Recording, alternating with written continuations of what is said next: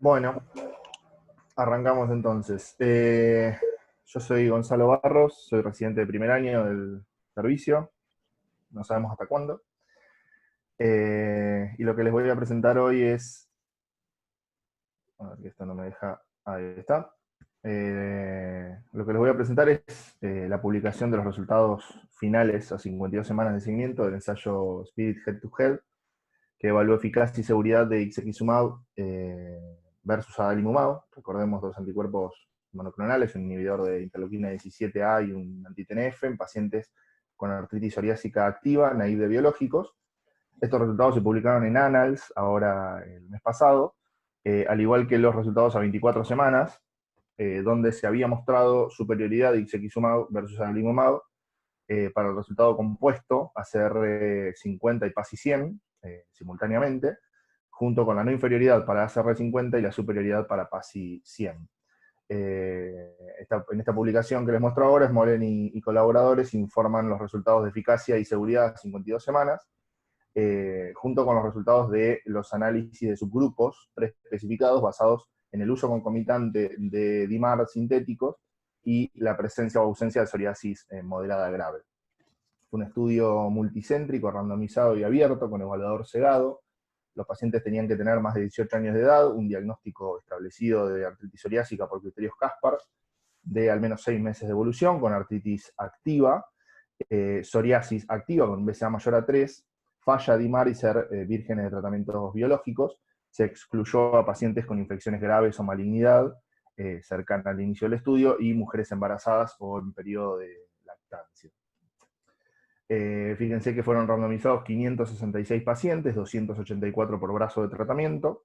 Llegaron a las 52 semanas 246 pacientes en el grupo ixekizumab y 237 en el grupo adalimumab. Se estratificó a los pacientes según, como decíamos, el uso concomitante de DIMAR sintéticos y la presencia de psoriasis en placa moderada grave, que se definió como un PASI mayor a 12, una evaluación global del médico mayor a 3 y un BCA mayor a 10. Todo esto al inicio del estudio. Los pacientes se dividieron en las dosis que se ven acá a la derecha, según si tenían o no tenían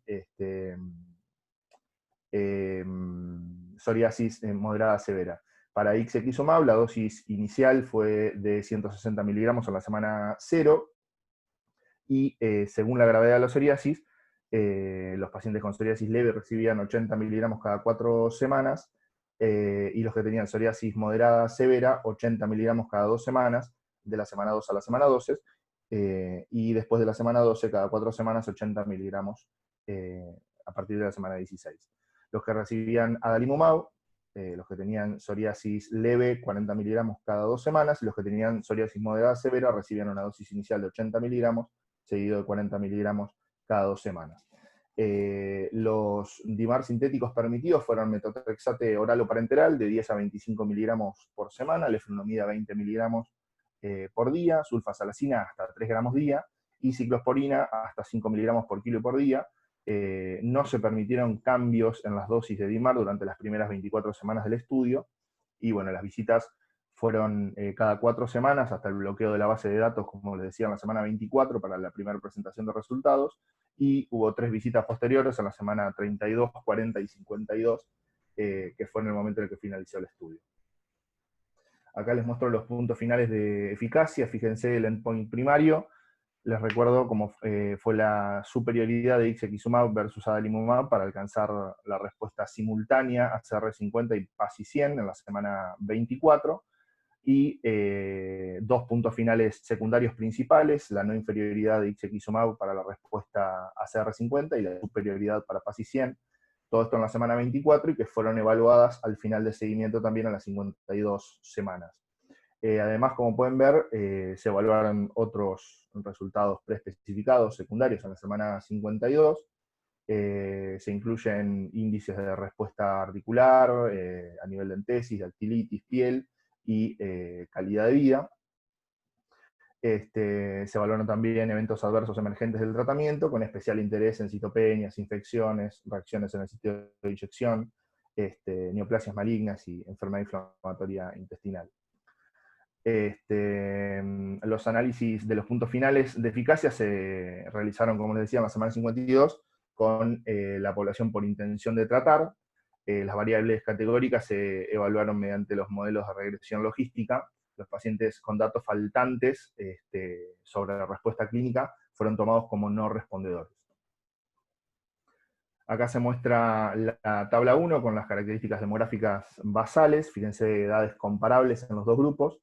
Pacientes con 15, 16 años desde el diagnóstico de psoriasis y aproximadamente 6 años de artritis. Más o menos el 70% de los pacientes en cada grupo estaba recibiendo tratamiento concomitante con DIMAR sintéticos, más de la mitad de ellos recibían metotrexate. Y como decíamos al inicio, pacientes con enfermedad articular activa. Fíjense los parámetros de actividad, la PCR elevada. Después más del 60% de los pacientes tenían entesitis medida por Spark, con un promedio de 5 puntos de entesis al inicio, y un promedio de 15 a 20% de pacientes con dactilitis por LDI. Más del 60% de los pacientes en ambos grupos tenían también compromiso ungueal. Y como pueden ver, ahí abajo a la derecha, casi un 20% de los pacientes en cada brazo de tratamiento, aproximadamente 50 pacientes, cumplían con los criterios de psoriasis moderada severa, y estos eran los que iban a recibir dosis más elevadas de los tratamientos. En esta tabla se presentan los resultados de eficacia a la semana 52. Como pueden ver, el punto final primario compuesto, ACR 50 PASI 100, se mantuvo en una proporción significativamente mayor en los pacientes tratados con ixekizumab versus ADA. Si se fijan en el gráfico, ya en la semana 8 se vieron diferencias importantes con significancia estadística que se mantuvieron después durante el resto del estudio. No obstante, fíjense en las respuestas puramente articulares, ACR 20, 50, 70, como ya se vio en otros estudios, ixekizumab no supera a los TNF. Acá ven respuestas similares a adalimumab, incluso las curvas, como pueden ver, se cruzan en varios puntos del estudio. Como ya venimos viendo, parece que la inhibición de interleuquina 17 no parece superar al tratamiento anti-TNF en el dominio articular. Lo mismo para la remisión DAPSA, también con evaluación de dominios articulares y reactantes de fase aguda. Si bien logró significancia estadística en la semana 24, en el primer corte que se hizo de la base de datos, no se pudo mantener durante el resto del ensayo con resultados comparables al final del seguimiento. Acá, donde sí vemos que el tratamiento con interleuquina 17 muestra resultados diferenciales, es en la piel. Fíjense las respuestas PASI 75, 90 y 100, todas con tasas de respuesta significativamente más altas a favor de ixekizumab. Ya desde la semana 4 se ven las diferencias significativas que se mantienen hasta el final del estudio. Acá les muestro los índices compuestos que se evaluaron. No hubo diferencias significativas en la evaluación MDA. Como ven, un inicio más rápido por ahí de respuesta a ixekizumab versus ADA, con diferencias significativas en la semana 24, pero con resultados también comparables en el final del periodo de seguimiento. Y en CPD, los pacientes tratados con ixekizumab casi logran mejoras significativas mayores, observadas desde la primera evaluación después del inicio, y se mantuvieron también hasta la semana 52. En cuanto a las entesis y las dactilitis, la eficacia fue comparable entre ambos grupos de tratamiento, con resolución de las entesitis medidas por Spark y por ley en aproximadamente el 50% de los pacientes. Lo mismo para las dactilitis, medida por el índice de Lead, con resolución de aproximadamente el 80% de los pacientes, pero sin diferencia entre los grupos. Y en cuanto a la calidad de vida, en relación con la piel, como es esperable por los resultados de PASI, el DLQI mostró mejoras rápidas y significativamente mayores a favor de ixekizumab, ya desde la semana 4, y también hasta el final del periodo de seguimiento. Y en HAQ las mejoras fueron comparables en ambos grupos en el logro de las diferencias mínimas clínicamente relevantes de 0.35 puntos o más. Finalmente, los autores, como decíamos, realizan un análisis de subgrupos. Como les comentaba antes, se exploró la modificación de las respuestas ACR 50 PASI 100, arriba de todo, en el medio ACR y abajo de todo PASI 100, con el uso de monoterapia o terapia combinada con DIMAR en ambos grupos. Fíjense que el uso de terapia combinada no modificó la respuesta en los pacientes con ixekizumab, mientras que sí se ve influenciada la respuesta de adalimumab con el uso de DIMAR sintéticos. Acá les muestro en los gráficos los resultados de monoterapia a la izquierda y terapia combinada a la derecha, y como ven, las proporciones numéricamente más altas de pacientes que logran las respuestas que les mencionaba cuando adalimumab se usa en terapia combinada con DIMAR. Hay respuestas muy similares con ixekizumab y una influencia bastante marcada, de más de 10 puntos porcentuales, por ejemplo, en el ACR50, en los pacientes con terapia combinada con adalimumab. Ninguna de las diferencias fue reportada como estadísticamente significativa, todas las mejoras fueron numéricas. Ahí están los valores de P para las diferencias. Y se hicieron observaciones similares para las diferentes dosis utilizadas en los pacientes con, como decíamos, con y sin psoriasis moderada severa. Estos pacientes, como recordarán, eran los que iban a recibir mayor dosis del tratamiento activo en cada brazo, y como ven, las diferentes dosis utilizadas, sobre todo en el grupo de adalimumab, logran un porcentaje más alto de respuestas, aunque estas diferencias tampoco fueron estadísticamente significativas. En cuanto a los efectos adversos, en la seguridad hubo numéricamente más efectos adversos emergentes del tratamiento en el grupo ixekizumab, pero la mayoría de ellos fueron clasificados como leves a moderados. En el grupo adalimumab hubo más efectos adversos emergentes severos, más efectos adversos graves y más abandonos debido a efectos adversos. Todas las diferencias fueron numéricas, no tuvieron significancia estadística, no hubo muertes durante el estudio. Después, en cuanto a los efectos adversos de especial interés que decíamos, las infecciones fueron numéricamente más altas también en ixekizumab, pero la mayoría fueron leves a moderadas, con mayor número de infecciones graves en el grupo adalimumab. Las reacciones en el sitio de inyección, lo mismo, fueron más frecuentes en ixekizumab, pero hubo más interrupciones debido a reacciones en el sitio de inyección en el grupo adalimumab. Se reportaron 4 casos de malignidad en el grupo de adalimumab, 2 carcinomas vasocelulares, un carcinoma rectal que fue retirado del estudio y un tumor gástrico, y no se vieron neoplasias en el grupo ixekizumab. Y se notificaron 2 casos de enfermedad inflamatoria intestinal, los 2 antes de la semana 24, en el grupo ixekizumab, una enfermedad de Crohn, bien digo, confirmada, y una colitis ulcerosa que no cumplió criterios preespecificados, por lo que la catalogaron como posible. Y en cuanto a la citopenia, fueron numéricamente menores en el grupo ixekizumab.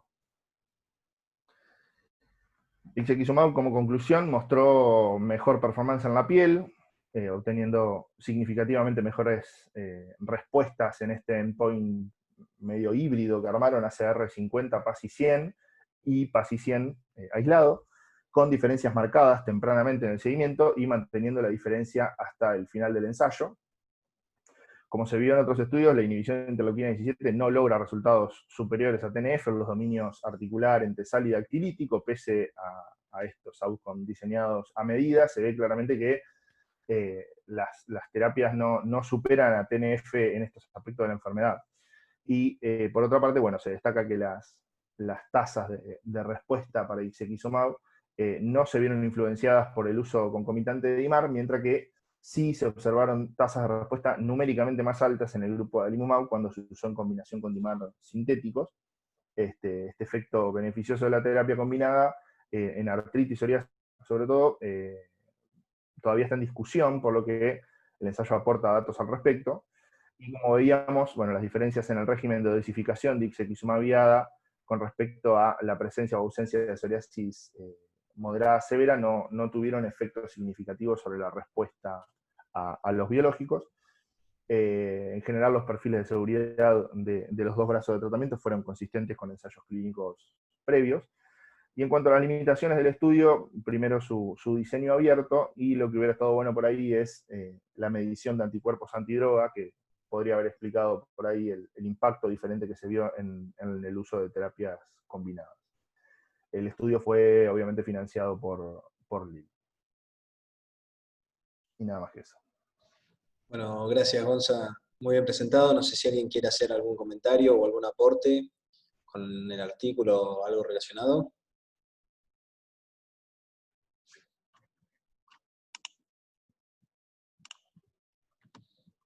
Bueno, si no, Lu, ¿querés ir poniendo la...? Lo pongo. Muy bueno, Gonza, y muy bien presentado. Muchas gracias. Bien. ¿Se ve? Sí, se ve, maximizar. Ya está maximizado, no sé si lo ves maximizado vos. Sí, ahí está perfecto.